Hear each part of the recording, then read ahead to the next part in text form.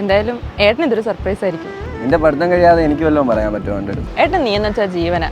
ഇന്ന് എന്തായാലും വീട്ടിൽ പറയണം. പഠിത്തം കഴിഞ്ഞോണ്ട് കല്യാണമൊക്കെ നോക്കി തുടങ്ങിയിട്ടുണ്ട്.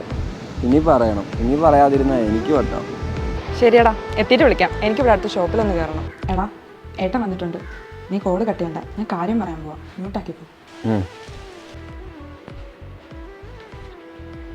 ഏട്ടാ, എനിക്കൊരു കാര്യം പറയാനുണ്ട്. ഒന്നോ രണ്ടോ പറഞ്ഞോ. അല്ല ഓൺലൈനിൽ ഓർഡർ ചെയ്തിട്ടുണ്ടാവും. ഓ, ഇതൊന്നും അല്ല. ഇത് കുറച്ച് സീരിയസാ. എനിക്കൊരാളെ ഇഷ്ടമാണ്. പഠിത്തം കഴിയാൻ വേണ്ടി വെയിറ്റ് ചെയ്താ 4 വർഷമായി. ഇത്ര സീരിയസ് ആയിരുന്നു അല്ലേ? ആട്ടെ, ഏതാ ഭാഗ്യവൻ? വേറെ ആരുമല്ല, സിദ്ധുവാ. നിനക്ക് വേറെ ആരെയും കണ്ടില്ല പ്രേമിക്കാൻ? ഇവനൊക്കെ ആണല്ലോ പിടിച്ച് വീട്ടിൽ കയറ്റിയത്.